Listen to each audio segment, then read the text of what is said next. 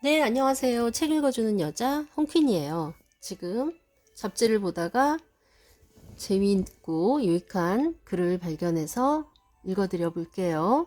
잘 한번 들어봐 주시면 감사하겠죠. 네, 제목은 토끼는 토끼의 길이 있다. 경주하다 한눈판 토끼를 위한 변명. 유명한 이솝 우화 중에 토끼와 거북이의 경주 이야기가 있다. 토끼와 거북이가 산속에서 경주를 했다. 발이 빠른 토끼는 거북이를 순식간에 앞섰다. 뒤를 돌아보자 한참 뒤처진 거북이가 느릿느릿 기어오고 있었다. 안심한 토끼는 당근밭에 가서 당근도 먹고 이리저리 뛰어다니며 놀다가 나무 그늘 아래에서 낮잠을 잤다.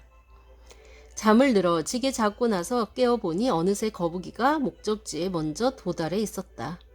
이 이야기는 아무리 재주가 뛰어나더라도 자만해서는 안 되며 끈기 있게 목적지를 향해 나아가라는 교훈으로 많이 인용됐다.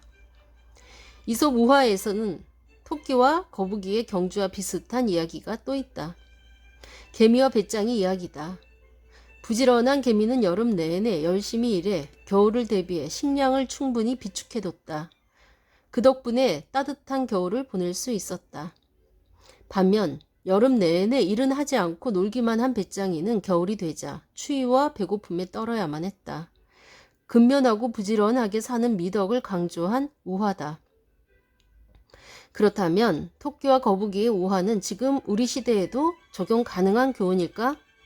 결론부터 말하면 이 우화는 출발부터 잘못됐다. 토끼와 거북이는 동일한 종이 아니다. 서식지도 육지와 바다로 다르다. 사는 구역이 다르고 걷는 속도가 다른 두 동물을 한 가지 잣대에 맞춰 경주를 시키는 것은 형평성에 어긋난다. 토끼에게는 토끼의 길이 있고 거북이에게는 거북이의 길이 있다. 토끼와 거북이는 서로 갈 길이 다를 뿐이지 누구의 길이 옳고 누구의 길이 잘못됐다고 할 수 없다. 다른 것은 잘못된 것이 아니다. 다른 것을 잘못됐다고 하는 이분법적인 사고야말로 진짜 틀린 것이다. 똑같이 출발했으나 그 길이 자기한테 맞는 길이라고 확신이 들면 계속 가면 된다. 그러나 가다가 자신의 길인지 아닌지 확신이 들지 않을 때는 다른 길도 찾아볼 수 있다. 당근밭에 가서 당근을 먹는 즐거움도 누려보고 피곤하면 나무 그늘에서 쉬면서 낮잠도 자보는 것이다. 세상은 그렇게 다른 길을 간 사람들에 의해 풍부해졌다. 세계를 휩쓸고 있는 K컬처도 모두 기존 틀에서 벗어난 사람들이 만들었다. 붉은 악마도, 기생충도, 오징어 게임도, 방탄소년단도 모두 그렇다. 거북이처럼 묻지도 따지지도 않고 앞만 보고 가는 사람들이 아니라 토끼처럼 사방팔방 쑤시고 다닌 사람들이 있었기에 가능했다. 백문이 불여일견이다. 100번 듣는 것보다 한 번 보는 것이 낫다. 그 다음 말은 더욱 의미심장하다. 백견이 불여 일행이다. 100번 보는 것보다 한 번 경험해 보는 것이 더 낫다. 당근에 대한 얘기를 듣기만 하는 것보다는 직접 보는 것이 더 낫고 단순히 보는 것보다는 먹어보는 것이 훨씬 더 생생하다. 당근에 대한 얘기를 듣기만 한 토끼는 당근을 직접 먹어본 토끼의 경험을 따를 수 없다. 당근을 먹고 낮잠을 잔다는 것은 관념이 아니라 실제다. 정해진 길만 따라서 가는 것이 아니라 자기 스스로 판단하고 결정해서 행동한 것이다. 그럴 때에만 세상은 온전히 자기 것이 된다. 이솝 우화가 동물을 예로 들어 교훈을 주고자 한 이유는 이해할 수 있다. 그렇다고 해서 사람은 토끼처럼 게을러서는 안 되고 거북이처럼 성실해야 성공한다고 가르치는 것은 편견이다. 목적지에 도달하는 방법은 다양하다. 비행기로 갈 수도 있고 차를 운전해서 갈 수도 있으며 걸어갈 수도 있다. 방법의 선택은 옳고 그름의 문제가 아니다. 자신의 취향에 따라서 형편에 따라서 선택하면 된다. 목적지에 먼저 도착했다고 해서 꼭 성공했다고도 볼 수 없다. 목적지에 도달하기 위해 주변 한번 둘러보지 않고 앞만 보고 달려간 인생을 성공했다고 할 수 있을까?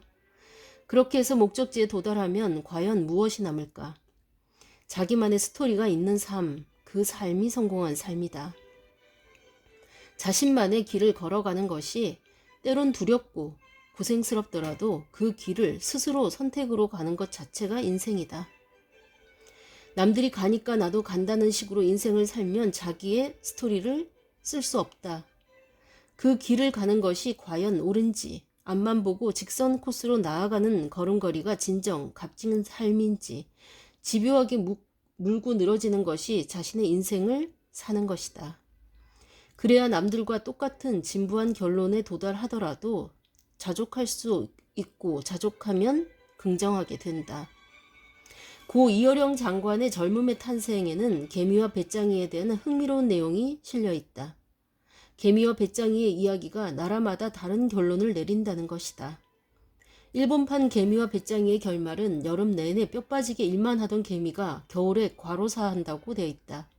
미국판에서는 개민들이 배짱이의 연주를 듣다가 심취해 겨울에 연주회를 열어줬고 예술가로 성공한 배짱이는 큰 부자가 된다. 옛 소련판 이야기도 등장한다. 겨울이 돼 배가 고픈 배짱이가 개미집 앞에서 구걸을 하자 공평하게 나눠 먹다가 결국 모두 굶어 죽는다. 같은 이야기라도 각 나라의 이념과 사상, 문화적 특징과 관습에 따라 다양한 결론이 나올 수 있다. 사람도 마찬가지다. 올해에는 토끼처럼 자신의 인생을 사는 거다. 걸어가다 심심하면 한눈도 팔고 피곤하면 낮잠도 자고 나비가 나타나면 함께 놀기도 하면서 사는 거다.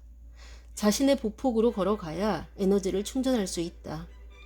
세상은 그렇게 에너지가 펄펄 넘치는 사람들에 의해 바뀌어 왔다. 우리가 바로 세상을 변화시키는 사람이다. 네, 이상입니다. 이 글은 조정육 미술평론가의 글이었습니다. 참 좋은 글이죠? 지금까지 좋은 글 읽어주는 여자 홍퀸이었습니다. 감사합니다.